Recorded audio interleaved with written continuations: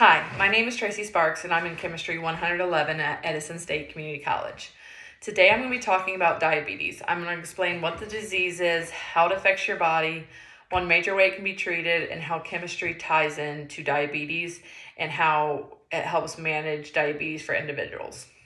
So diabetes affects 37.3 Americans. I don't have the number worldwide. I got this from the CDC. So a person without diabetes is able to consume food, and that food can be broken down into glucose, which is released into the blood flow. So once the blood sugar rises in your blood, the pancreas is alerted to release a hormone called insulin. That insulin helps take that sugar and turn it into energy. So when a person has diabetes, their pancreas either does not produce insulin or is not alerted, so that blood sugar just rises up, which can cause life-threatening issues. Per the CDC, over time, that can cause serious health problems such as kidney disease, vision loss, and heart disease. So there are three major types of diabetes. The first type is type 1 diabetes. That's the worst you can have. You will have to take insulin every single day to manage it.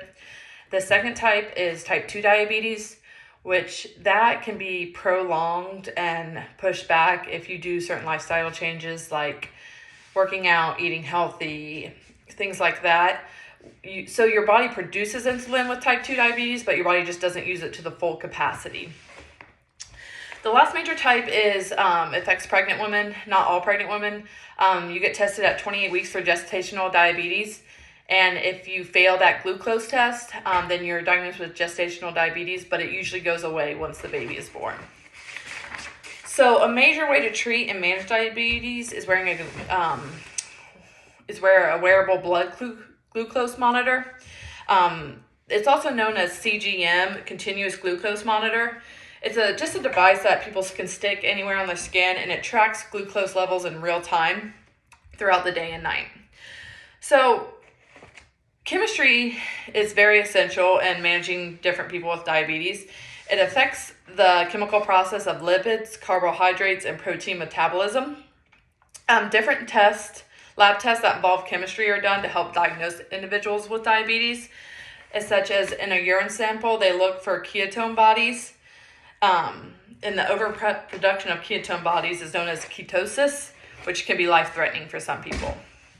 So the CGM, as I said, does a real-time measurement of blood glucose levels, and then a chemical reaction takes place of any enzyme between glucose and amino group of hemoglobin.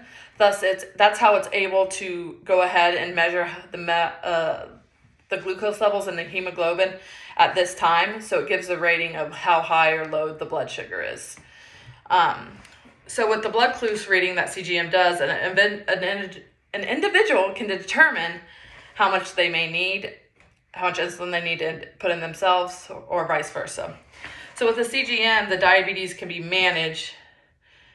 Without the CGM, the diabetes cannot be managed.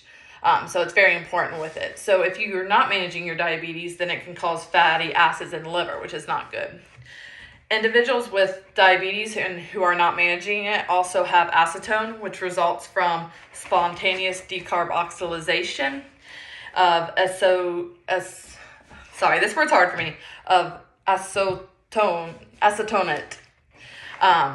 So that wouldn't be good either if you're not managing diabetes.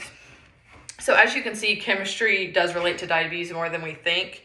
As you were listening, you were able to hear terms that we have learned throughout the semester and how it ties into diabetes. I didn't know that diabetes and chemistry were related until I actually started researching the topic. So it's chemistry is huge and essentially helping people manage their diabetes. Thank you.